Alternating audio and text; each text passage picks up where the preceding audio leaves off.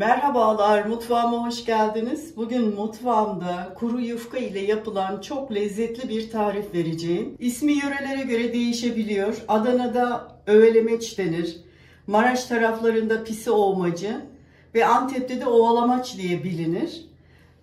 Tarifimizde kullanacağımız malzemeler benim ev ortamında tavada yaptığım 11 tane böyle yufkam var. Yufka istediğiniz miktarda kullanabilirsiniz. Burada bir adet büyük boy denebilecek kuru soğan var. 3 adet biberim var. Birini kırmızı olarak kullanacağım. 2 orta boy domatesin kabuklarını soydum, doğrayacağım. Yarım demet maydanoz, 3 adet de salamura peynirim var. Şimdi kuru soğanımızı mümkün olduğunca küçük doğrayalım. Yemeklikten daha küçük olsun.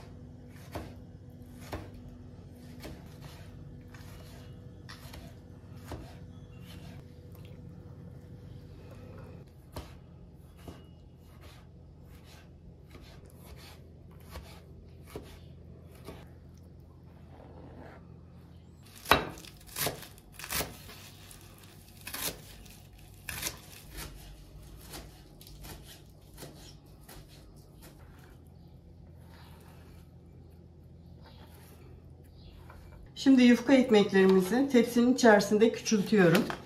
Zaten kurular, böyle çıtır çıtır.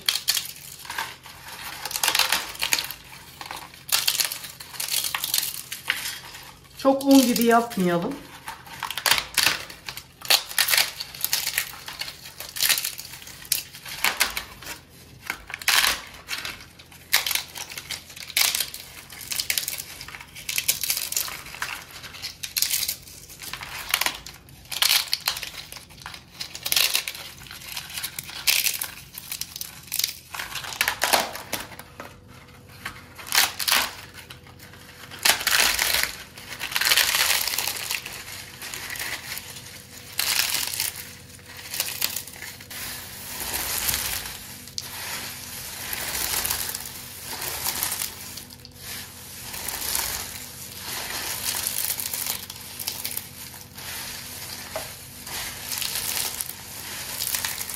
Şimdi malzemelerimizi yavaş yavaş bu kırdığımız ekmeklerin üzerine ilave ediyorum.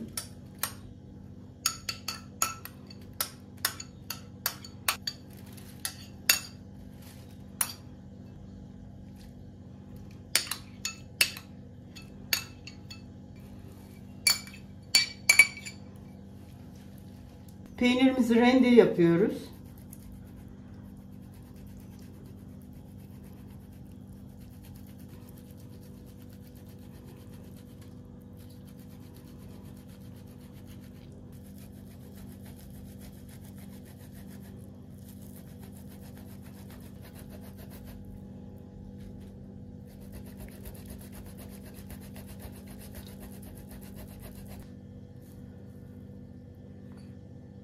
Kırmızı toz biberim var.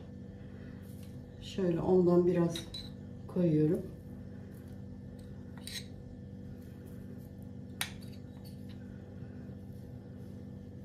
Yani toplamda bir yemek kaşığı kadar. Tuzu az koyacağım. Yufka ekmeğinde tuz var. Salamura peynirde tuz var. Şöyle bir çay kaşığı yeterli. Şimdi tavama 1 yemek kaşığı kadar tereyağı aldım. Şimdi üzerine biraz da sıvı yağ gezdireceğim.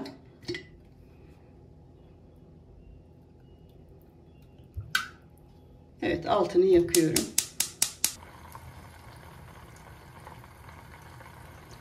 Evet, yağımızı yakmaya gerek yok arkadaşlar. Tereyağı eridi ve kapatıyorum. Yağımızı da şöyle kenarından gezdiriyorum. Şimdi güzelce karıştıracağız ama böyle çok böyle ezmeden karıştıracağız.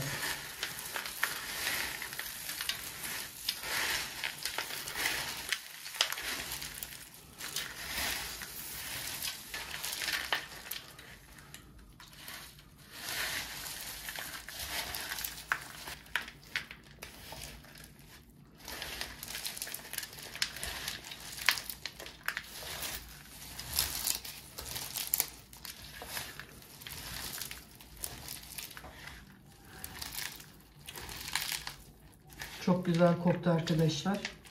Koyduğumuz bütün malzemeler.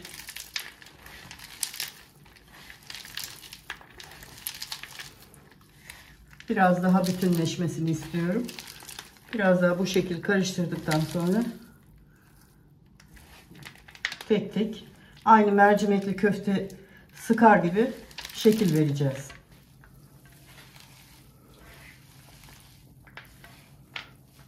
Evet, istediğim yumuşaklığa geldi arkadaşlar.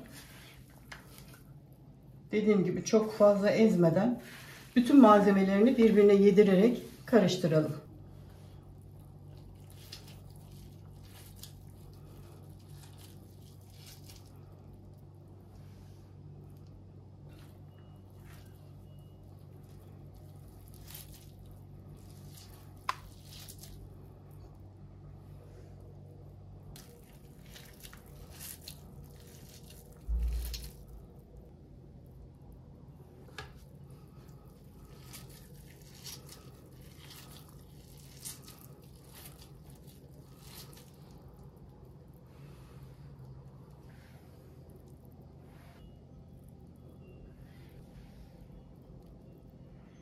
Evet, öğlemeci bitirdik. Servisini yaptım. Çok güzel oldu arkadaşlar. Ben tadına baktım.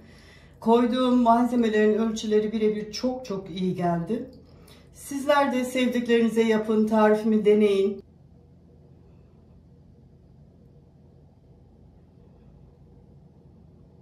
Evet, bir dahaki tarifte buluşmak üzere diyorum. Hoşça kalın.